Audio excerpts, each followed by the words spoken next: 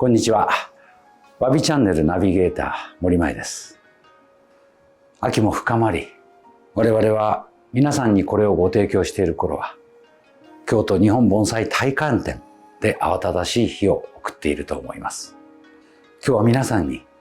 特別なものをご覧に入れましょう。つい最近、この羽生まで運んだ1000年の盆栽。おそらく1000年を生き抜いてきた歴史を有する木が羽生に届きました。ある意味、責任はとても重いです。その木がどのように生きて、どのように人が守って、どのようにしてここへたどり着いたか。これを今日は皆さんにご紹介させていただきます。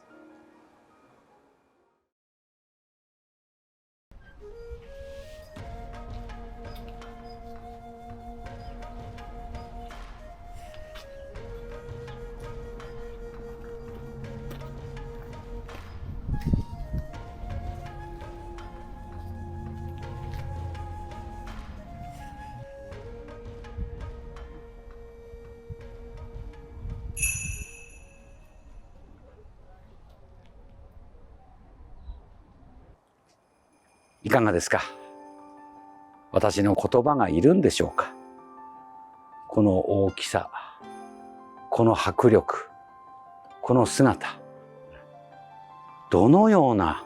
時間が経てば、どのような自然だとこのようなものが生まれるんでしょうか？今から30年前、東京に盆栽界の大家という方がいました。その方が那須地方、栃木県ですね、ここに運ばれてあった木を探してご自宅に運ばれたと言われます。古くは戦前、岩手県三陸地方に自生していたものが何点かこの大きさのものを取り出したという歴史が残っています。こんな太い木、どうやって生きてきたんだろうと思いますが、まだ当時は崖や人が入らないところではなく、運びやすいところ、根を処理しやすい場所にいくつかの大木があったそうです。4本か5本あったと言われる木で、今は残念ながらこの木のみが現存しているものです。福島の地で約10年間育まれて、今の2倍ほどの枝の広がりがありました。名将木村正彦先生にこの木のことを告げると、糸魚川心拍の枝継ぎをして本来の盆栽の姿へ仕上げてみよう。その挑戦が始まったのが4年前です。ご覧ください。下の方には見事な糸魚川の穂がすでに枝継ぎによって枝を伸ばし始まっています。福島の地で大切に育まれていましたが、ここからの仕事はそばに置いて毎日見ながら仕事を続けなければなりません。お持ち主と話して木のことを考えよう。それがこの羽生の地に運ぶことになったわけです。未だ正式な正面、つまりここが見どころだねという場所が決まっているわけではありません。皆さんがご覧になっているところが基本的な想定ですが、まだまだこの木は変わります。世界盆栽大会のポスターにもなった大型日本一と言われる名樹、心拍、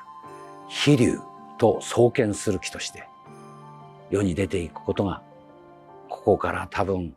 約10年の時がいるでしょう。その時は日本どころか世界を代表する心拍となることだと思います。今皆さんがご覧になっている映像は、あの木はこうだったんだということになると思います。ゆっくりとご覧ください。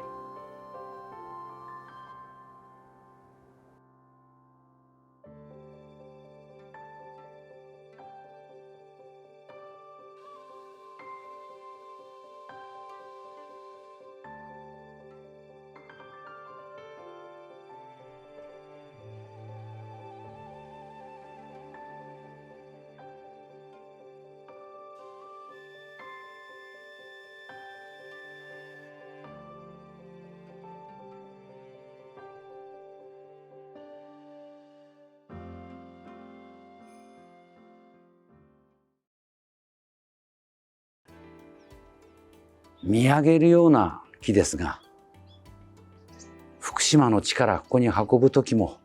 慎重に慎重にと思いました。まるで板でできていると思いますが、実はこれは30年前にお持ちになった東京の方が100万円以上のお金をかけて、なんとステンレスの鉢に入っています。そのために今でもこのフックが福島の地から大型クレーンで上げるのにもたやすく上げることができました。はるばる250キロを運ぶのにも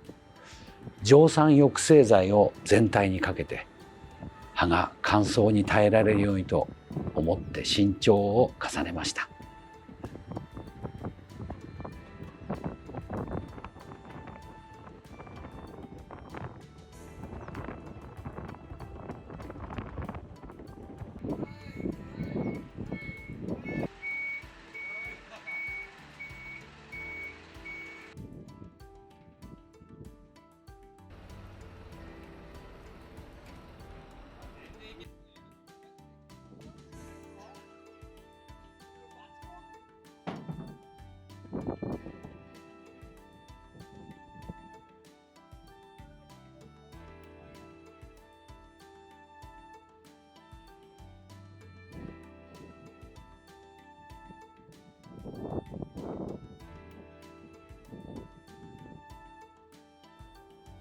ここからは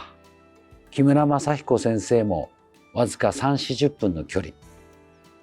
月に1度ぐらい見に来ていただきながら、ここが足らないな、この枝を作っていくといいな、さまざまな可能性をそのままに残して、さらなる可能性のために枝継ぎを繰り返して、いつかは